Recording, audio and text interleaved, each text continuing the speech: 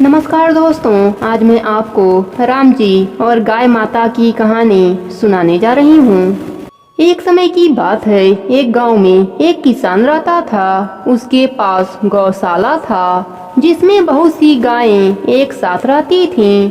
वह प्रतिदिन अपने गायों को चराने के लिए जंगल में ले जाता था। एक दिन उसी गांव में बहुत सारे महात्मा आए और उस गांव में स्वच्छ साफ जगह देखकर शिव यज्ञ करने लगे। भगवान शिव जी के पूजन के लिए महात्मा जी ने बहुत सारे बेलपत्र तोड़े और उस बेलपत्र पर जय श्री राम चंदन से लिखने लगे। वह महात्मा बेलपत्र पर राम जी का नाम लिखकर एक किनारे रख रहे थे कि तभी वह किसान अपने सारे गायों को चराने के लिए जंगल ले जा रहा था। एक गाय उस झुंड में से निकलकर उस महात्मा द्वारा लिखे गए बेलपत्र को खा गई। वह बेलपत्र खाकर आगे बढ़ गई। राम का नाम वाला बेलपत्र उसके पेट में चला गया। उस पत्ते के जाने से वह गाय राममय हो गई। वह सांस भी लेती तो जय श्री राम की आवाज आती। जब रात में सभी गायों के बीच बैठी तो जय श्री राम का भजन करने लगी। सभी गाय उसके बड़बड़ाने से चिढ़कर उसे सींग मारने लगी और सींग मारकर कमरे से बाहर निकाल दिया। आधी रात में किसान जगा तो देखा एक गाय कमरे से बाहर है। उसने सोचा शायद यह गलती से बाहर आ गई हो।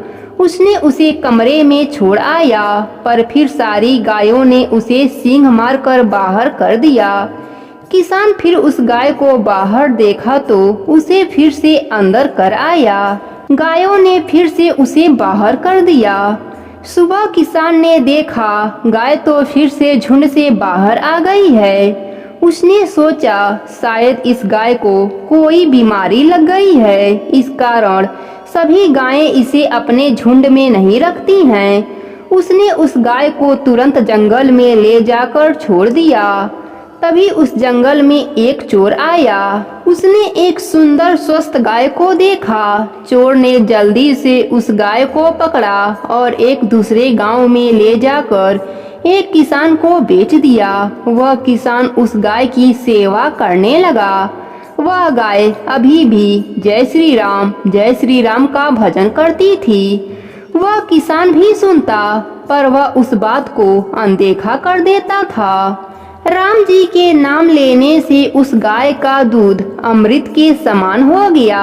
यह बात दूर दूर गांवों तक पहुंच गई। वह किसान अब महंगे दामों पर उस गाय का दूध बेचने लगा।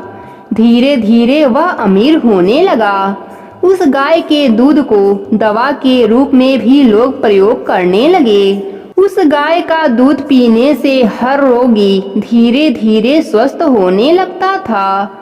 उसी राज्य में एक राजा था जिसकी रानी कई महीनों से बीमार थी। सारे वैद्य हकीम जवाब दे चुके थे।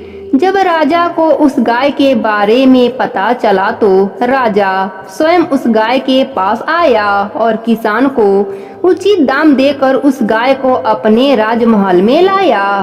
अब रानी को उस गाय का दूध पिलाया जाने लगा। धीरे धीरे वह रानी स्वस्थ होने लगी।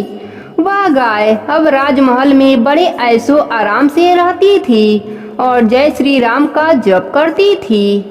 उसके जप की ध्वनि से पूरा राजमहल आनंदित हो जाता था।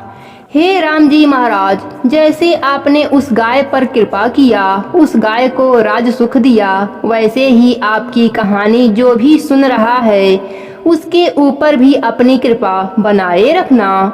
प्रेम से बोलिए रामचंद्र भगवान की जय हो, जय हो, जय हो।